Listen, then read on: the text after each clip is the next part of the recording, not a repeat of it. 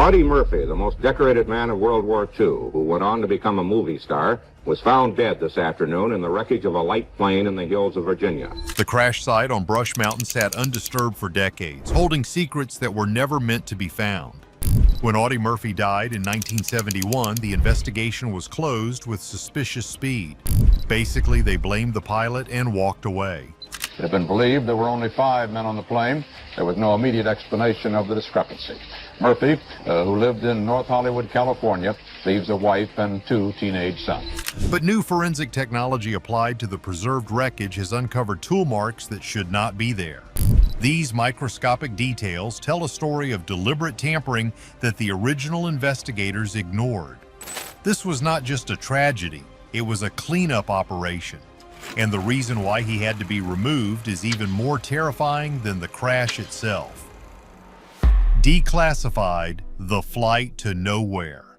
The pilot that day was Herman Butler. This is a crucial detail because Butler was not some amateur weekend flyer. He had logged over 8,000 hours in the air. He knew the terrain, he knew the plane, and he knew the risks. In the aviation world, Butler was known for being careful, professional, and precise. Yet the official story tells us that this seasoned veteran made a series of rookie mistakes that led to a catastrophe. Audie Murphy is dead at the age of 46, holder of the Congressional Medal of Honor for Valor in World War II, an actor and businessman. But here is the catch. The flight path that day makes absolutely no sense for a pilot with his level of experience. 14 minutes after the wheels left the ground, the plane slammed into the side of Brush Mountain. The impact was so violent that the aircraft essentially disintegrated. Fuel tanks ruptured, turning the mountainside into an inferno. All 6 people on board were gone in an instant. The debris was scattered over such a wide area that it took investigators days just to map the site. It looked like a total loss, a tragic accident where nature simply overpowered a machine. The National Transportation Safety Board moved in fast, maybe a little too fast. They looked at the weather reports, saw the fog, and looked at the mountain. Their conclusion was neat and tidy: pilot error. They said Butler flew too low and bad visibility. Case closed. The file was stamped and put away in a dusty archive. For 50 years, that is what the world believed. It was just bad luck. But beneath the surface, things did not add up. Aviation experts who looked at the case later noticed strange anomalies. The debris field was too wide for a simple impact crash. It looked more like the plane had started falling apart before it even hit the trees. And then there were the witnesses. People on the ground reported hearing the engine sputtering in a way that did not sound like mechanical failure, but like fuel starvation or a blockage. But the most disturbing details were ignored by the initial investigation. For decades, the physical evidence of what really happened to that plane sat in storage, untouched and unanalyzed. We observed on the side of the mountain near the top where an aircraft had impacted. Did the plane burn, or is it just a crash? The immediate area around it had burned. It was just twisted metal to the naked eye. But technology has changed. We now have forensic tools that can see microscopic stress fractures and tool marks that were invisible in 1971. And what these modern tests have revealed changes the entire narrative. We are not looking at a pilot who made a mistake, we are looking at a machine that was rigged to fail. The official report ignored the fact that Murphy was not just a retired soldier. He was a man on a mission carrying documents that powerful people wanted to destroy. He was days away from a meeting that would have exposed a massive scandal. When you look at the timeline, the crash stops looking like a tragedy and starts looking like a solution to a problem. The fog that day provided the perfect cover, but it could not hide the truth forever. Forensic evidence proves the plane was broken before it took off. The darkness behind the Medal of Honor. To understand why anyone would want to take out a national hero, you have to understand who Audie Murphy really was. He was not born into greatness. He was born into dirt. In 1925, in the harsh cotton fields of Texas, Murphy came into a world that did not care if he lived or died. His family was sharecroppers, which is basically a nice word for people who work themselves to death on land they will never own. He was the 7th of 12 children fighting for every scrap of food. When his father abandoned the family, Audie was still just a child, but he became the man of the house overnight. He learned to shoot not for sport, but because if he missed, his brothers and sisters did not eat. He hunted rabbits and squirrels with a precision that was almost scary for a boy his age. Every bullet cost money they did not have, so he learned never to waste a shot. He'd get out hunting and stuff to kill squirrels and rabbits for us to have something to eat, and we were always proud of it. This poverty created a discipline in him that most soldiers take years to learn. When the war started, Murphy saw a way out. He tried to join the Marines. They laughed at him. He was too short, too skinny, and looked like he was 12 years old. He tried the Navy. Same result. Finally, he managed to talk his way into the Army infantry, lying about his age just to get a uniform. No one expected him to last a week in combat. But what the recruiters did not realize was that they had just enlisted the most dangerous soldier the United States would ever produce. From the moment he landed in North Africa, something changed. The shy, quiet farm boy vanished, and a warrior took his place. In Sicily, he took out an entire squad of enemy soldiers by himself. In France, he used captured German machine guns to mow down attackers. It was like he had a sixth sense for danger. While other men froze in terror, Murphy got sharper. The chaos of battle seemed to slow down for him. The moment that cemented his legend happened in 1945 in a frozen field in France. His unit was decimated. Out of more than 100 men, only 19 were left standing. They were facing a massive German assault with tanks and hundreds of infantry. It was a death sentence. But Murphy did something insane. He ordered his men to pull back, and he climbed onto a burning tank destroyer that was about to explode. Alone, exposed and wounded, he manned the .50 caliber machine gun on top of the burning vehicle. For an hour, he held off the entire German advance. He was calling in artillery strikes on his own position, daring the enemy to come closer. He neutralized dozens of soldiers and single-handedly turned the tide of the battle. For that, he got the Medal of Honor. By the end of the war, he had every medal for bravery this country could give, plus 5 more from France and Belgium. The state of Texas has honored World War II veteran Audie Murphy. His sister Nadine showed up to receive the state's highest military honor in Farmersville, Texas this week. He was 20 years old, and he was the greatest hero in the world. But that kind of trauma leaves a mark that no medal can cover up. Murphy came home to parades and magazine covers, but inside he was broken. He had seen things no human should see, and he had done things that would haunt his dreams for the rest of his life. The government paraded him around like a trophy, but they had no idea that they had created a man who was no longer afraid of anything, not even them.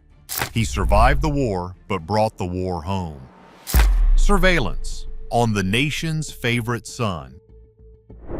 Murphy landed in Hollywood, lured by the bright lights and the promise of a new life. James Cagney, the famous actor, saw his face on a magazine and brought him to California.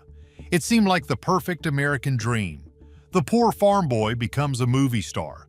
Murphy starred in over 40 films, mostly westerns, where he played the hero with a gun, a role he knew all too well. His autobiography, To Hell and Back, became a massive blockbuster record breaker. On the surface, he had it all. But here is the catch. The war never left him. Murphy was suffering from severe post-traumatic stress disorder before it even had a name.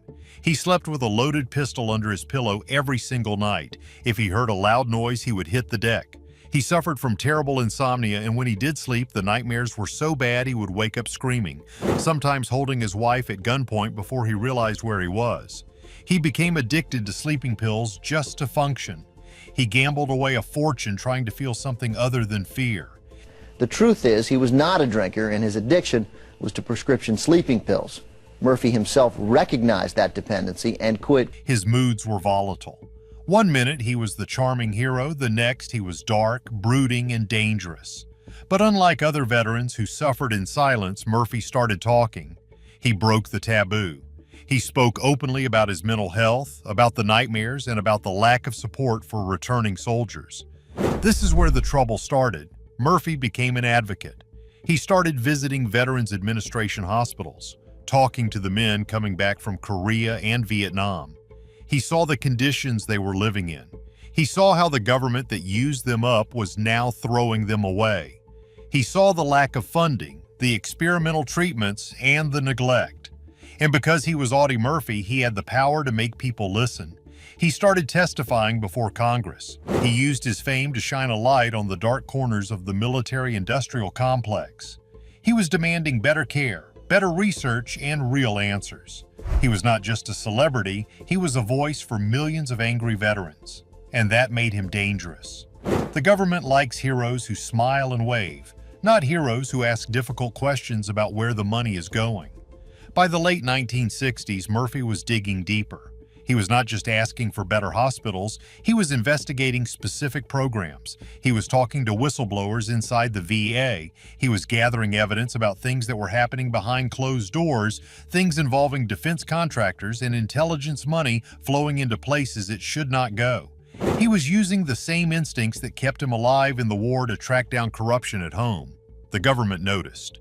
Declassified files now show that Murphy was being watched. This is the crazy part.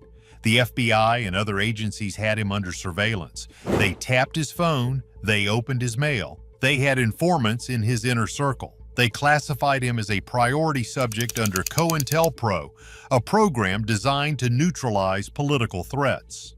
Think about that. The most decorated soldier in American history was being treated like an enemy of the state because he wanted to help veterans.